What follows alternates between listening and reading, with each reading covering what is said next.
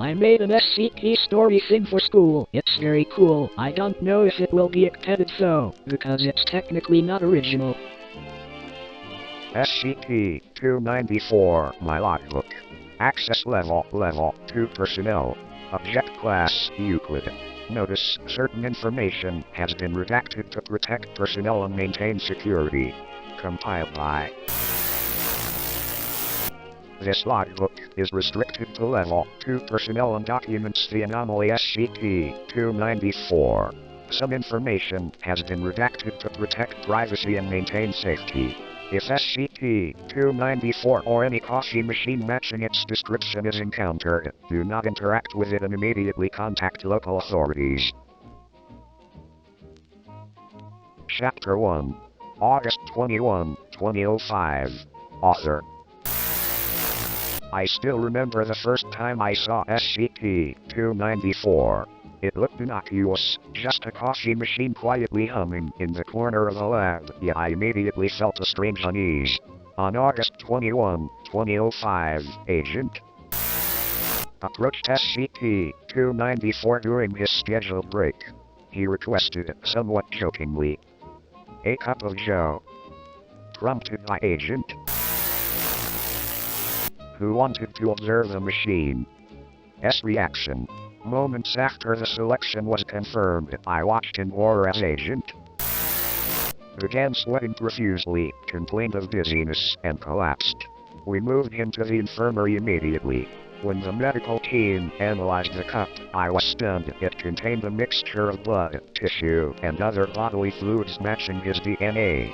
I realized then that SCP-294 was far more than a simple coffee machine. It observes, reacts, and produces results that defy normal explanation. Agent recovered fully after 4 weeks, and both agents were reprimanded. That day impressed upon me a fundamental truth: curiosity about anomalies can be deadly. Chapter 2. February 2, 2006. Author. Months later, I supervised D-Class to explore what SCP-294 could dispense. I instructed them to type ice, and, as expected, the machine produced water. Then, they typed weapon, and SCP-294 dispensed a toxic material that we immediately secured for analysis. We assumed it could be a bioweapon. Finally, the D-Class typed freedom, and the machine refused the request. Observing all this, I felt a mix of fascination and apprehension at its intelligence. We then instructed the D-Class to request vegetation, such as trees and plants. SCP-294 dispensed a strange brown liquid. Upon drinking it, the D-Class reported a sensation of something growing inside them. We decided to keep this D-Class in a single cell for observation and continued to log its behavior while preparing to experiment with the liquid further. Chapter 3. March 23, 2006. Author. We returned the first D-Class to SCP-294. Immediately, they typed hello, and the machine displayed the word back.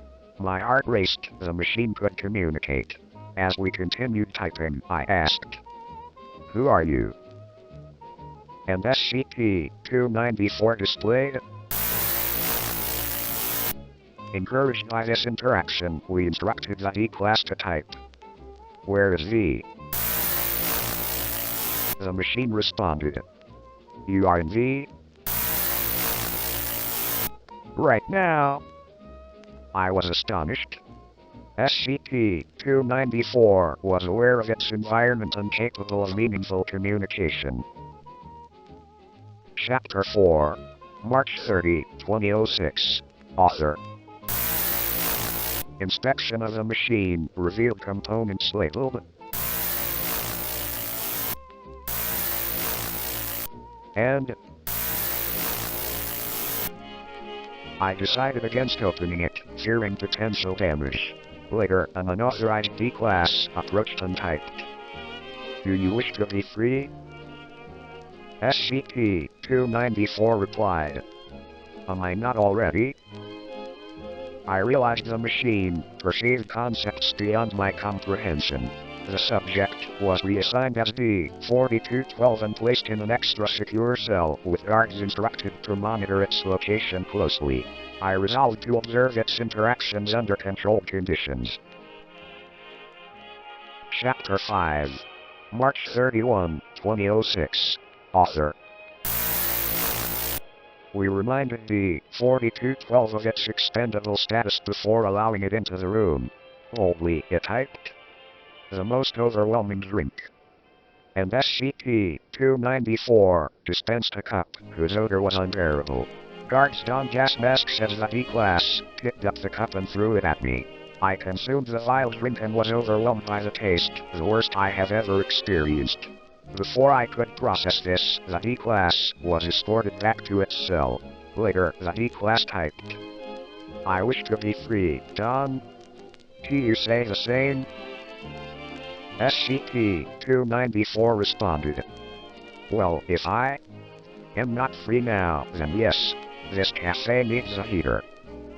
I noted that the machine could sense heat in the absence of heat. Then a loud crash echoed through the facility. The D-Class had apparently removed SCP-294, and I could only watch helplessly. Chapter 6, Video Feed. Incident 294. Author.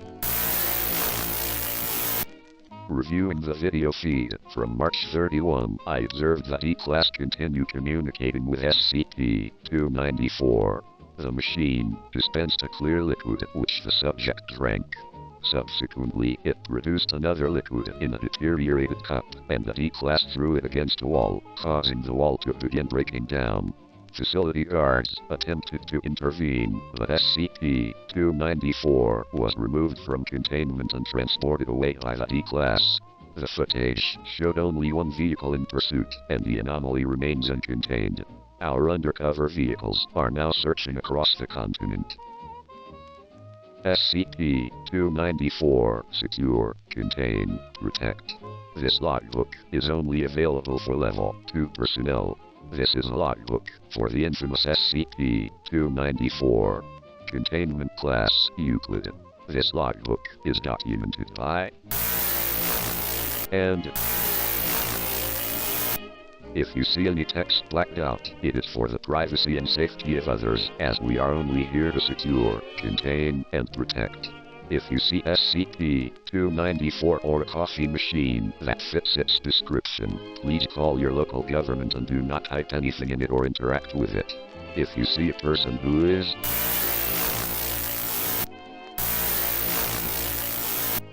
please consult us immediately. If you see anyone wearing a D-Class suit, call us as soon as possible.